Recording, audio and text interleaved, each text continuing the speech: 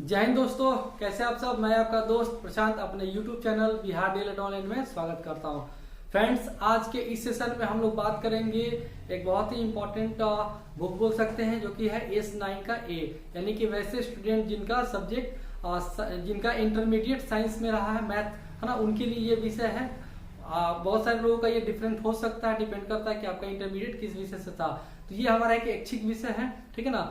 तो चलिए शुरू करते हैं इस सेशन को, और हम लोग डिस्कस करेंगे S9 का जो A है इसका यूनिट 1, और इस यूनिट में हम लोग को पढ़ना है फ्रेंड्स गणित की प्रकृति, यानी कि मैथमेटिक्स का नेचर क्या होता है, ठीक है ना। इस यूनिट में हम लोग इसी चीज का डिस्कस करेंगे कि गणित क्या है, क्या इंपॉर्टेंस है, कौन कौन से इसके मेथड्स है पढ़ाने के, किस मेथड से बच्चों को गणित पढ़ाया जाए तो उनको समझ में आएगा, यानी कि टेक्निक्स गणित का अपने दैनिक जीवन में क्या महत्व है, या बात कर ले कि पाठ्यक्रम में इसको क्यों रखा गया है, या पाठ्यक्रम में रखने का उद्देश्य क्या है, ठीक है ना। मतलब कि बेसिक जानकारी हम लोग लेंगे कि गणित का एक नेचर क्या होता है और इसको क्यों करिकुलम से जोड़ा गया है या सिलेबस से जोड़ा गया है। तो चलिए फ्रेंड्स शुरू करते हैं इस सेशन को। बात करते हैं सबसे पहला टॉपिक जो कि हमारा है उच्च प्राथमिक स्तर पे। ये फ्रेंड्स आपका उच्च प्राथमिक बार बार आएगा, ध्यान रखिएगा कि जो भी टॉपिक्स है वो आपका उच्च प्राथमिक के लिए है, क्योंकि S7 जो है वो आपका प्राथमिक लेवल के लिए है ना, वो 1 to 5 के लिए, लेकिन ये जो विषय है ये आपका 6 to 8 के लिए, मतलब जूनियर लेवल के लिए, जिसको क्या बोलेंगे उच्च प्राथमिक। ध्यान रखिएगा, मतलब कहीं भी अगर हम लोग गणित केवल बोलते हैं तो वहां पे आप लोगों को क्या समझना है कि उच्च प्राथमिक लेवल की गणित की बात करी जा रही है, ठीक है। तो सबसे पहला जो हमारा टॉपिक है आज का वो है उच्च प्राथमिक स्तर पर गणित शिक्षण की आवश्यकता। मतलब देखा जाए तो जूनियर लेवल पे गणित की आवश्यकता के ऊपर क्या नीड था, है ना, क्या आवश्यकता थी उसको, ये हम लोग को समझना है, उसकी क्या आवश्यकता है, क्यों पढ़ाया जाए 6 to 8 के बच्चों के लिए। फ्रेंड्स, आप सभी जानते हैं कि गणित तो हमारे रोम रोम में बसा हुआ है। आप अपने सुबह से उठ के रात को सोने तक जो भी कार्य करते हैं, मैंने बताया था S7 में भी कि हर जगह हम लोग कहीं ना कहीं गणित का यूज करते हैं, चाहे आप पानी पी रहे हो, चाहे आप टहलने जा रहे हो, है ना, हर जगह गणित ही गणित है। आप मार्केट करने जा रहे हो, सब्जी खरीदने जा रहे हो, कुछ भी कर रहे हैं वहां पे आप कहीं ना कहीं गणित यूज कर रहे हैं, भले आपको नहीं पता चल रहा हो, लेकिन आप वहाँ मैथमेटिक्स यूज कर रहे हैं। सपोज आप सुबह सुबह उठ के टहलने जा रहे हैं, है ना, तो बहुत सारे लोग कहते हैं कि चलो आज मैं 1 किलो टहला, मैं कल 2 किलोमीटर टहला ना, इस टाइप से लोग बात करते हैं। मतलब वहाँ पे डिस्टेंस की बात कीजिए तो वहाँ भी क्या हो गया, कैलकुलेशन हो गया, है ना। अगर आप मार्केट जा रहे हैं सब्जी खरीदने, तो आज आपने 2 किलो आलू खरीदा, 1 kg प्याज खरीदा, वहां भी क्या कैलकुलेशन है, केजी, ठीक है। मतलब हर जगह मैथमेटिक्स है, आप इससे बच नहीं सकते हैं। तो गणित क्या है, तो एक ऐसा विषय है जो कि हमारे दैनिक जीवन से संबंधित है, हमारे दैनिक मतलब डेली लाइफ से जुड़ा हुआ है, ठीक है ना। गणित जो है ये गणित की उन्नति से ही सभ्यता और संस्कृति का विकास होता है। मतलब जब से ये जीवन स्टार्ट हुआ है उसी समय से ये गणित क्या है तो हमारे साथ चलते आ रहा है, बिल्कुल लेवल में, एक लेवल में, है ना, इक्विलिब्रियम कंडीशन में। और यही हमारी सभ्यता का या उन्नति का क्या एक आधार है, यही से हमारा विकास होता है। एक बहुत ही फेमस मनोवैज्ञानिक थे फ्रॉबेल, जो कि खेल का प्रतिपादन किया था, मतलब खेल विधि इन्होंने दिया था। इनका कहना था कि जो गणित की शिक्षा है वो क्या करता है, हमारा बौद्धिक और सांस्कृतिक विकास करता है ना, मतलब हमारे दिमाग के साथ साथ हमारा जो कल्चर है उसको भी ये क्या करता है, डेवलप करता है। बौद्धिक और सांस्कृतिक विकास का आधार क्या है, गणित है। याद रखिएगा फ्रेंड्स, कुछ स्टेटमेंट आपको याद रखने होंगे, क्योंकि एग्जाम में अगर स्टेटमेंट आप लिखते हैं, है ना, डबल इन्वर्टेड कॉमा के साथ, तो वहां से बहुत अच्छे मार्क्स आते हैं, ठीक है ना। ये फ्रॉबेल का कहना था। वहीं नेपोलियन बोनापार्ट का कहना था कि गणित की उन्नति के साथ ही देश की उन्नति जुड़ी हुई है। मतलब अगर गणित जितना डेवलप करेगा हमारा देश भी उतना ही ज्यादा डेवलप करेगा। आज के दौर में आप देख सकते हैं कि हम लोग चांद पे पहुंच गए, तो चांद पे पहुंचने का मतलब क्या हुआ कि हम लोग वहां भी मैथमेटिक्स लगाए हैं, है ना। तो हर जगह गणित ही गणित है। उसी प्रकार युग का कहना था कि वैज्ञानिक या आधुनिक युग की जो नींव है ना, जो बेस है, वो क्या गणित है। हम जिस मॉडर्न एरिया में जी रहे हैं, जो हमारा आज के डेट में जो टेक्नोलॉजी इतना एडवांस होते जा रहा है, वहां पे कहीं ना कहीं गणित का ही एक रोल है, एक इंपॉर्टेंट रोल है। तो ये युग साहब का मानना था, ठीक ना। आगे बात करते हैं फ्रेंड्स की जो भी हमारा जो व्यवहारिक कार्य होता है, जो भी इसमें समस्या आती है, वहां पे हम लोग क्या करते हैं, गणित का यूज करते हैं। बच्चों को भी हम लोग व्यवहारिकता से गणित को सॉल्व करने का तरीका सिखाते हैं। उसके जीवन में बहुत सारी ऐसी समस्या आएंगी जिसको वो गणितीय रूप से क्या कर सकता है, हल कर सकता है। प्राथमिक लेवल की बात, उच्च प्राथमिक लेवल की बात कीजिए तो फ्रेंड ऐसे विद्यार्थियों को अनुपात, समानुपात, चक्रवृद्धि ब्याज, साधारण ब्याज, है ना, ये सब चीजें सिखाई जाती है।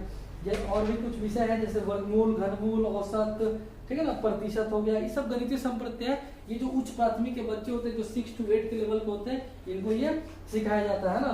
और ये एक तरीके से देखा जाए तो अपने डेली लाइफ में आने वाले जो भी समस्या होता है उनका ये समाधान करने का एक तरीके से बोल सकते हैं कि अवधारणा सीखते हैं, संप्रत्यय का इनके अंदर क्या होता है तो विकास होता है, और उसी के आधार पर ये सभी समस्या का अपना समाधान भी करते हैं। ठीक है फ्रेंड्स, एक और हमारे मनोवैज्ञानिक थे प्लेटो।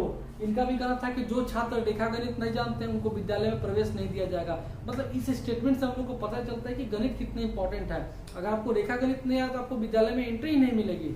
तो इससे आप अनुमान लगा सकते हैं कि गणित का क्या इंपॉर्टेंस रहा। तो हर मनोवैज्ञानिक का मानना था कि गणित जो है एक बहुत ही इंपॉर्टेंट विषय है, हमारे लाइफ से जुड़ा हुआ है, डेली लाइफ से जुड़ा हुआ है। ठीक है ना। वहीं पे रोजर बेंकन का कहना था फ्रेंड्स, बहुत ही फेमस स्टेटमेंट था कि जो विज्ञान मतलब गणित जो है एक ऐसा विषय है जो कि विज्ञान से जुड़ा हुआ है। मतलब विज्ञान क्या अधूरा है किसके बिना, तो गणित के बिना।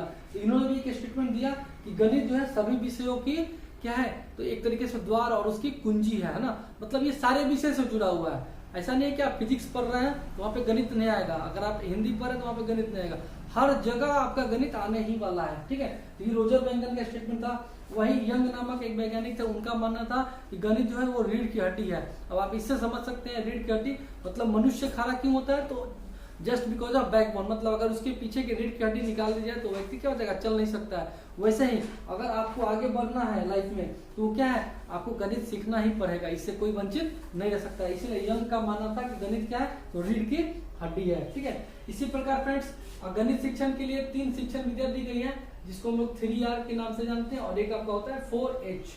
3R का मतलब क्या होता है, एक होता है आपका रीडिंग, दूसरा होता है आपका राइटिंग, और तीसरा आपका होता है उसको बोलते हैं रिथमेटिक। Arithmetic RITH matic. मतलब रीडिंग का मतलब हो गया पढ़ना, राइटिंग का मतलब हो गया लिखना, और रिथमेटिक का मतलब हो गया हिसाब लगाना। मतलब आप पढ़ते हैं, लिखते हैं, उसका क्या करते हैं, हिसाब लगाते हैं। किसी व्यापारी को आप देखते होंगे, सबसे पहले क्या करता है, लिखता है, उसको पढ़ता है, फिर वहां से जोड़ घटाव करके हिसाब करता है। ये 3R का दिया गया है मेथड। इसी के अलावा आज का जो मॉडर्न एजुकेशन है जिसमें हम लोग पढ़ रहे हैं ना, आज का जो जनरेशन गणित की शिक्षा ले रहा है उसमें 4H का यूज हो रहा है। 4H का मतलब यहाँ पे H को क्या बोलेंगे हम लोग, सबसे पहले फ्रेंड्स इसको बोलेंगे हेड, हर्ट, इसके बाद बोलेंगे हम लोग हेल्थ, और एक बोलेंगे हैंड। मतलब ये 4H के बारे में बताया गया कि आज के शिक्षा में अगर गणित की एजुकेशन हम लोग ले रहे हैं तो वहाँ पे 4H का होना बहुत जरूरी है। जहाँ पे हेड का मतलब हो गया कि मानसिक विकास, ठीक है, हार्ट का मतलब हो गया आपका आध्यात्मिक विकास या चारित्रिक विकास, हेल्थ का मतलब हो गया शारीरिक विकास, और हैंड का मतलब हो गया आपके अंदर क्या क्या स्किल है, मतलब आपकी कुशलता है ना, आपके अंदर कौन कौन से कौशल है। तो ये कुछ 4 स्किल हैं आज के एजुकेशन सिस्टम के हिसाब से। ठीक है ना, तो ये हो गया हमारा नेचर गणित का। ठीक है ना, इसको आप लोग समझ रहे होंगे। चलिए आगे बात करते हैं फ्रेंड्स, गणित शिक्षण का महत्व। अभी मैंने जो भी सारी बात बताई उसमें ये भी सवाल पूछा था कि गणित हम लोग क्यों पढ़ते हैं, या उच्च प्राथमिक स्तर पे गणित का क्या क्या महत्व है, क्या क्या इंपॉर्टेंस है। तो मैंने अभी बहुत सारा डेफिनेशन बताया, बहुत सारे एग्जाम्पल बताया, उसी में से आप लोग को महत्व को लिखना है। जैसे कि गणित जो है सबसे पहले तो ये हमारे दैनिक जीवन से जुड़ा हुआ है। मतलब सुबह उठने से लेकर रात को सोने तक हम लोग गणित का यूज करते हैं, कोई भी कार्य करें, मतलब ये क्या है, हमारे नित्य कार्य से जुड़ा हुआ है। ठीक है ना, आगे बात करते हैं फ्रेंड्स। तो ये हमारे भौतिक सभ्यता की रीढ़ है। अभी यंग साहब का मैंने बताया स्टेटमेंट कि गणित जो है वो रीढ़ की हड्डी है। मतलब हमारा जो सभ्यता है वो कहने का गणित से जुड़ा हुआ। मतलब जब से मानव जीवन इस धरती पे है तब से गणित का क्या होता है, विस्तार होते गया है, जैसे जैसे मानव ने विकास किया, और एक भौतिक सभ्यता का भी विकास होते गया है। ठीक है ना, आगे बात करते हैं विज्ञान क्या था, मतलब सोल ऑफ साइंस। अभी जैसे रोजर बेंकन साहब ने कहा कि गणित क्या है, तो विज्ञान की आत्मा है। इनका स्टेटमेंट था कि गणित विज्ञान की आत्मा है, और ये सभी विषयों के द्वार और कुंजी है। मतलब एक तरह से बोल सकते हैं कि सभी विषयों का द्वार है, एक तरह से दरवाजा खोलेगा, दरवाजा खोलने के लिए क्या उसके पास चाबी है। तो ये स्टेटमेंट था। मतलब कि गणित के महत्व में हम लोग लिख सकते हैं कि गणित क्या है, तो एक तरीके से विज्ञान की आत्मा है। ठीक है ना, चलिए आगे बात करते हैं फ्रेंड्स। इसमें एक दो और स्टेटमेंट था, जैसे लिंडसे साहब कहते हैं कि गणित जो है भौतिक विज्ञानों की भाषा है। मतलब अगर आप फिजिक्स भी पढ़ते हैं वहां भी क्या होता है आपका, तो गणित यूज होता है। कांट साहब का कहना था कि विज्ञान उसी सीमा तक सत्य है जहां तक गणित का उपयोग हुआ है ना।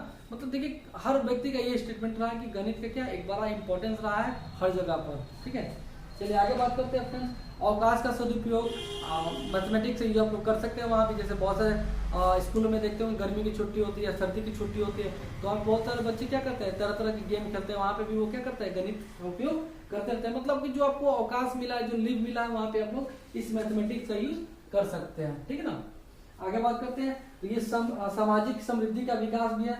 मतलब कि आपका जो सामाजिक विकास है वो भी यहाँ से होता जाता है। समाज में कैसे आपको रहना है, सहयोग करना है, वो सब सारी चीजें गणित से आता है।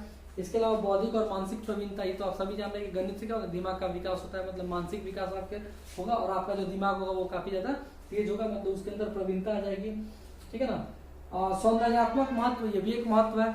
आप देखेंगे गणित का इस्तेमाल करके ही कोई मूर्तिकार मूर्ति बनाता है, चित्रकारी बनाता है, या कोई संगीतकार है तो क्या करे, गाना बजा रहा है या बीना बजा रहा है, गिटार बजा रहा है, वहां भी क्या होता है, गणित का यूज होता है। कितना तेल क्या उसका सुर ताल लय होना चाहिए, कब ऊपर जाना है कब नीचे आना, वो मैथमेटिक्स लगाता है, ठीक है ना, तो ये वहां भी यूज होता है। इसके अलावा चारित्रिक विकास में सहायक है, आपका जो कैरेक्टर है वो भी इस पे डिपेंड करता है कि आप समाज में कैसे लोगों से बिहेव कर रहे हैं। गणित से कहीं ना कहीं आपके अंदर ईमानदारी आएगी, है ना, ये सब चीजों का विकास होता है।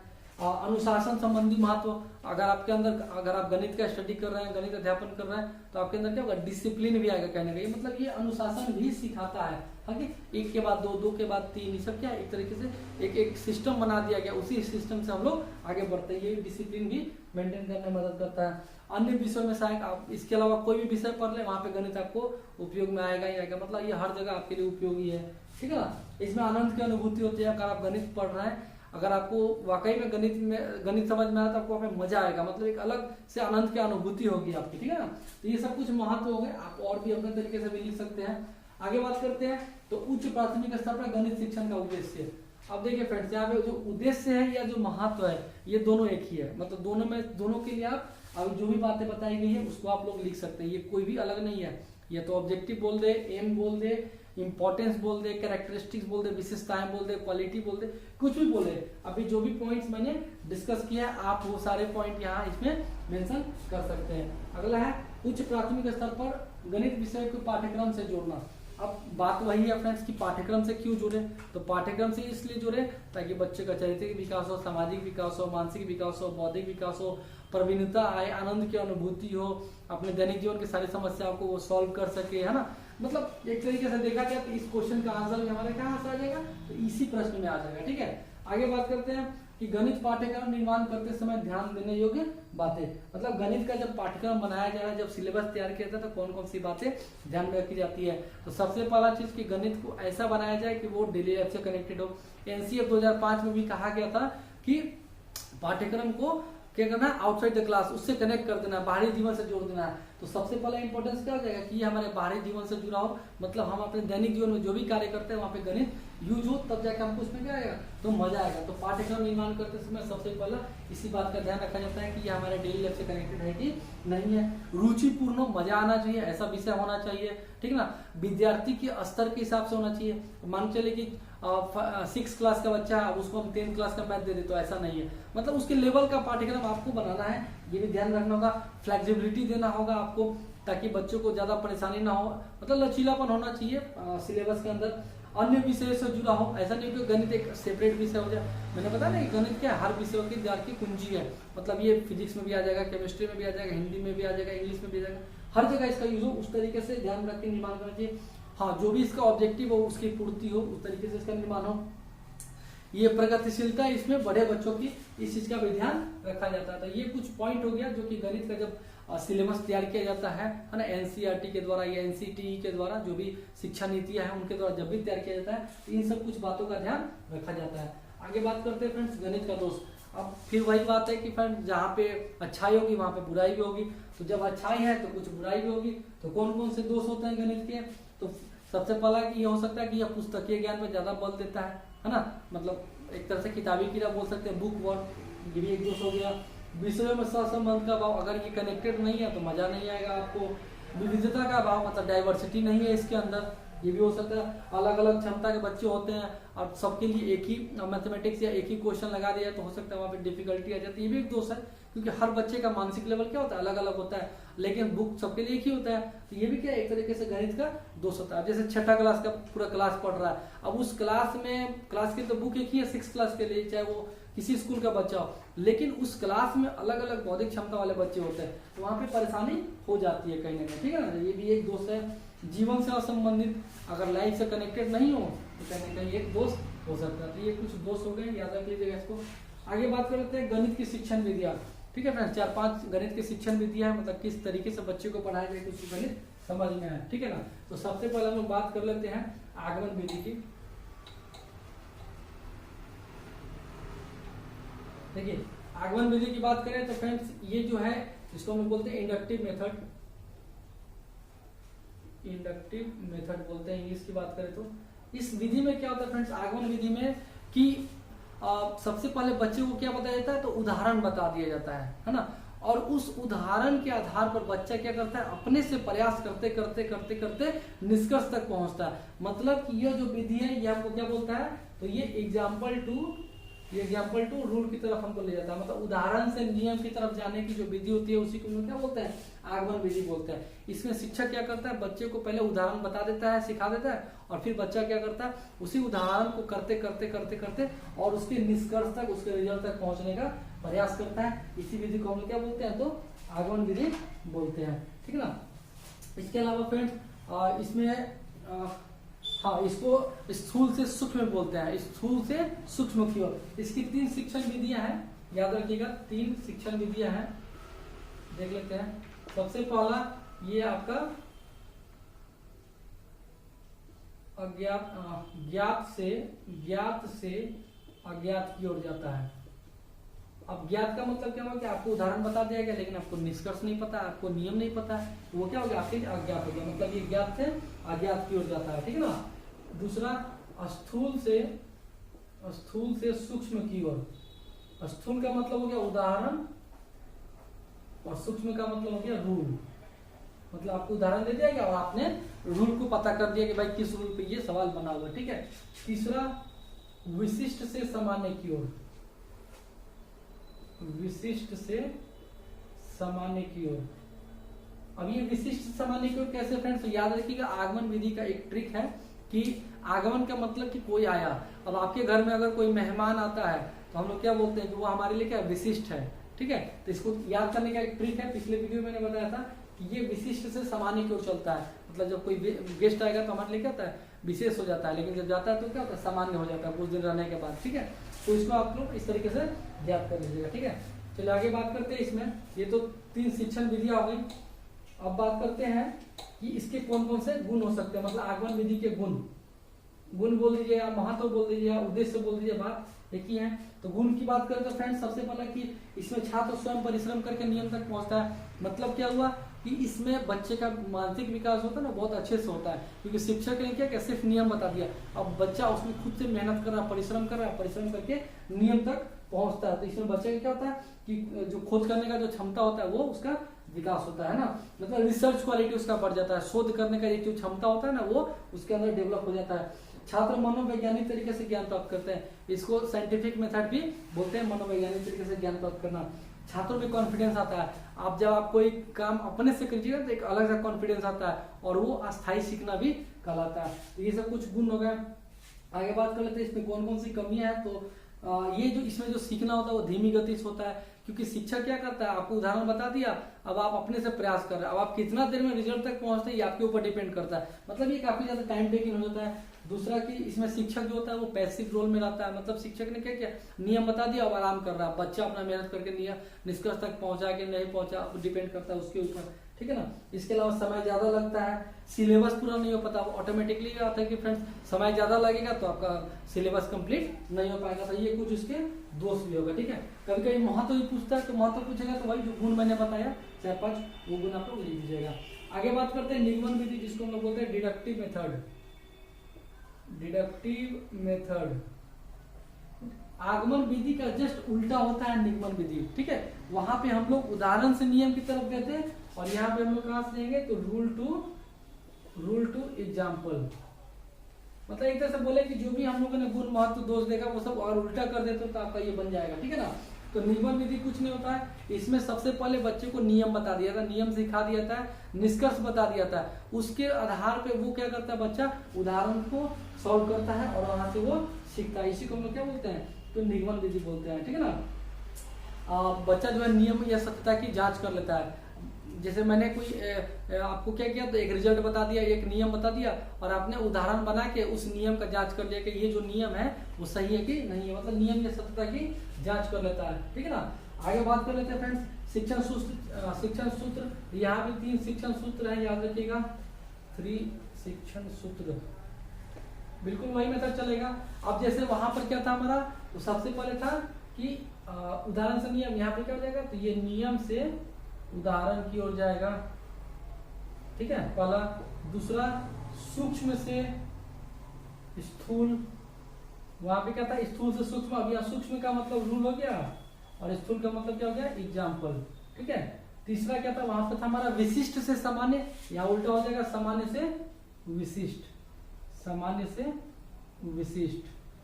तो ये कुछ 3 शिक्षण सूत्र हैं, बिल्कुल उसके अपोजिट, ठीक है ना। चलिए आगे बात करते हैं इसके गुण के।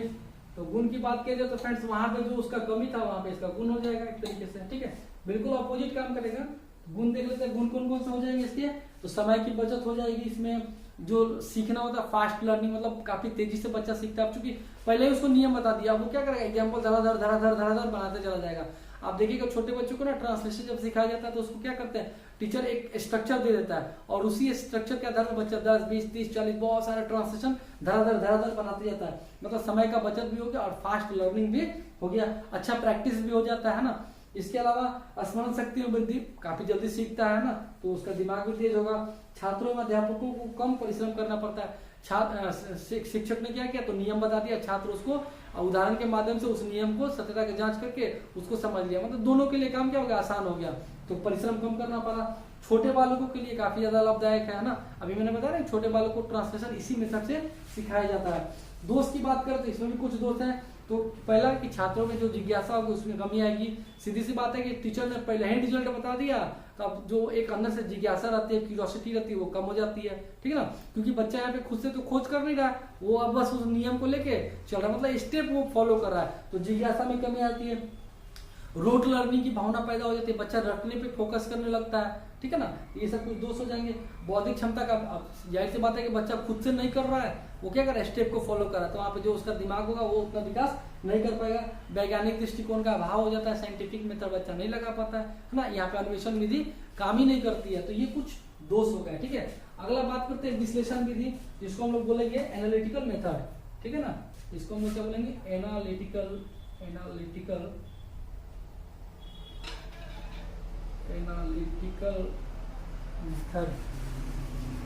अब देखिए नाम से स्पष्ट है कि एनालिटिकल मतलब बच्चा क्या करेगा, एनालाइज करेगा ना, एनालिटिक्स करेगा, उस चीज को ऑब्जर्व करेगा ना, निरीक्षण करेगा, परीक्षण करेगा, जो बोलना है बोल दीजिए, उसी को हम लोग क्या बोलते हैं, विश्लेषण विधि। मतलब अगर बच्चे के सामने कोई समस्या आता है तो वो क्या करता है, उस समस्या का समाधान करने के लिए उसको पार्ट पार्ट में तोड़ना शुरू कर देता है और पार्ट पार्ट में तोड़कर और वो निष्कर्ष तक पहुंचने का प्रयास करता है। इसी विधि को हम लोग क्या बोलते हैं, तो विश्लेषण विधि बोलते हैं, ठीक है ना। समस्या की तह तक पहुंचने और सुविधा पूर्वक हल करने के दृष्टिकोण से छोटे छोटे भागों में भेद करते हैं और इस प्रकार अज्ञात का रहस्य, मतलब यह जो विधि है वो क्या होता है, तो ज्ञात से अज्ञात की ओर चलता है। याद रखिएगा, बच्चा क्या करता है, छोटा छोटा पार्ट में तोड़कर उसको समझने का प्रयास करता है और उसी प्रयास को करते करते वो क्या करते हैं, एक बार में जो अननोन मैटर है, जो वो नहीं जानता, वहां तक वो पहुंच जाता है। मतलब ये जो विश्लेषण विधि है वो क्या, अज्ञात से अज्ञात की ओर चलने वाली एक विधि है, जहाँ पे बालक किसी भी समस्या का समाधान करने के लिए, उसके तह तक पहुंचने के लिए क्या करता है, उस समस्या को तोड़ना शुरू कर देता है, उसको पार्ट पार्ट में तोड़कर और फिर समझता और फिर समझते समझते वो उसके समाधान तक पहुंच जाता है। इसी विधि को हम लोग क्या बोलते हैं, विश्लेषण विधि बोलते हैं। थॉर्नडाइक ने भी कहा था कि विश्लेषण जो है मन का सर्वोत्तम बौद्धिक प्रदर्शन है, ठीक है ना। मतलब कि इस मेथड से अगर बच्चा कोई भी समस्या का समाधान करता है तो उसका जो बौद्धिक क्या बोलते हैं उसको, मानसिक जो यूज करेगा, वो मतलब अपने दिमाग का जो यूज करेगा ना, वो काफी ज्यादा करेगा, मतलब उसका जो बौद्धिक प्रदर्शन होगा वो काफी ज्यादा होगा यहाँ पर, ठीक ना। आगे बात करते हैं फ्रेंड्स, इसके गुण की बात करें तो इस विधि में विद्यार्थी जो है किसी भी नवीन समस्या की खोज करता है। जाहिर सी बात है कि उसको रिजल्ट नहीं पता है, लेकिन वो रिजल्ट तक पहुंच जाता है, मतलब नए नए ज्ञान का खोज इसके द्वारा होता है, जिसको हम क्या बोलते हैं, prior knowledge to latest knowledge बोल सकते हैं। मतलब पूर्व ज्ञान से नए ज्ञान की ओर पहुंचना, मतलब नए नए ज्ञान की जानकारी होती है। इस विधि द्वारा अर्जित प्राप्त ज्ञान अस्थायी होता है, मतलब चूंकि बच्चे क्या कर रहा है, खुद से मेहनत करके चीजों को सीख रहा है, तोड़ तोड़ कर सीख रहा है। अब जब वो फाइनली रिजल्ट तक पहुंचेगा तो उसने क्या किया, खुद से वहां तक पहुंचा है, मतलब वो स्टेप को याद कर लिया, समझ लिया, कॉन्सेप्ट उसके दिमाग में है, मतलब ये परमानेंट लर्निंग को भी बताता है, ये भी इसका एक गुण हो जाएगा। इसमें वैज्ञानिक दृष्टिकोण होगा। अब जाहिर सी बात है कि बच्चा खुद से कर रहा है तो ऑटोमेटिकली उसके अंदर जो वैज्ञानिक दृष्टिकोण होगा उसका भाव आएगा ना, इसके इसमें बच्चे के अंदर जिज्ञासा होती है, उसको मजा आता है, मतलब रुचिपूर्ण भी रहता है। ये सब कुछ इसके गुण हो गए। दोस्त की बात करें फ्रेंड्स तो समय ज्यादा लग जाएगा, आप चूंकि खुद से कर रहा है बच्चा, है ना। शिक्षक जो है उसका रोल पैसिव हो जाता है ना। इसके अलावा ये टाइम टेकिंग है, समय ज्यादा लग जाता है, सिलेबस पूरा नहीं हो पा जाता। तो एक तरह से देखा जाए तो विश्लेषण जो है वो आपका किससे संबंधित है, तो आगमन से संबंधित है। मतलब इसी के गुण और दोष वगैरह आप लिख दीजिएगा तो आपका विश्लेषण विधि कंप्लीट हो जाएगा। ठीक है फ्रेंड्स, तो आज के इस सेशन में बस इतना ही। हमारा पार्ट 1 है, इसको हम लोग 2 पार्ट में कवर करेंगे, ये पार्ट 1 रहेगा। नेक्स्ट विधि में हम लोग गणित की शिक्षण कुछ और विधि है, जैसे आपका संश्लेषण विधि है, प्रयोगशाला विधि है, उसको समझेंगे, ठीक ना। और 1-2 टॉपिक और है, उसको समझेंगे तो हमारा ये यूनिट पूरी तरह से समाप्त हो जाएगा। तो आज के लिए बस इतना है। बहुत बहुत धन्यवाद। इसको ज्यादा से ज्यादा लाइक शेयर सब्सक्राइब करें, अपने दोस्तों के बीच शेयर करें, क्योंकि समय बहुत कम बचा है, मात्र 2 दिन बचे हैं। 24 से हम लोग का एग्जाम शुरू होने वाला है, तो ज्यादा से ज्यादा इसको शेयर करें और वीडियो को रिपीट करके देखें, आपको बहुत ज्यादा फायदा होने वाला है इससे। तो आज के इस सेशन में बस इतना है, धन्यवाद।